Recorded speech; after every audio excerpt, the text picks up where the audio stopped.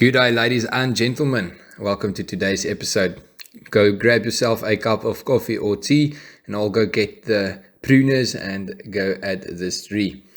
I don't know if you guys can remember this tree. It's the Anastrabe, and man, has it grown a lot. I love it when things grow fast, eh? Look at that flower over there. We even got a flower with all this growth. Here's a close-up of this. Excuse for being so dark, but yeah.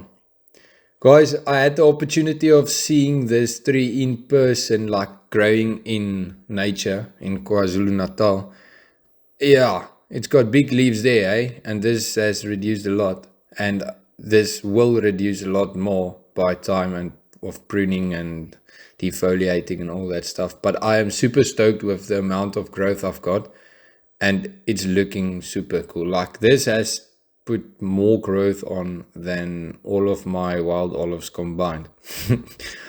I do think it's not as strong as a wild olive, as drought tolerant, so do keep it wet, but this thing is, I love it. It's super cool. Yeah, just going to prune this thing and then I'll show you guys the end result. I do want to have a chat with you guys.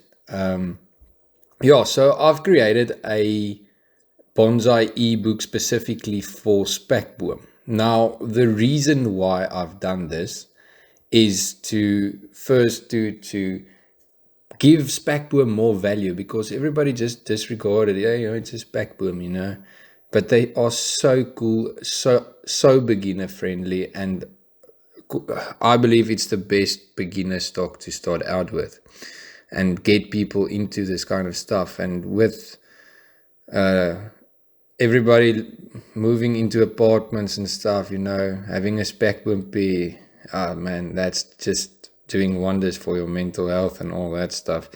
But the main reason also behind this is to use all of the profits for spekboom thicket restoration. I don't know if you guys know it, but about 80% of the spekboom thicket has been lost, and that's the whole reason for me doing all of this bonsai content and all that stuff. It's just to gain a following and raise awareness, and trying my best to raise money for that cause, restoring the spekboom thicket, obviously.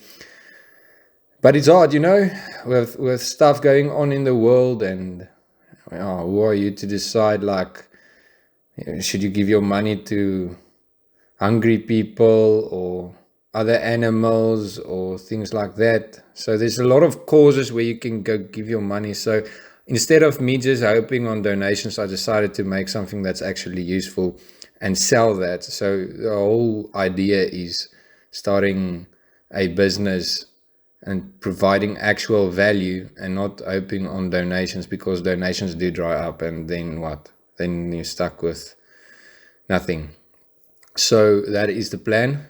If you are already a bonsai master, please don't buy the book, or you can for inspiration or whatever. But if you do have a friend or someone, and you think they'll love it, they want to start bonsai, then you can send them over. And the best part is, if you don't come right with all the information I give you in the book, you can send me a picture of your specific spekboom, and I can try to help you more or less to develop whatever you would like to develop. So it's a guarantee, basically. Anyways, enough ranting about that.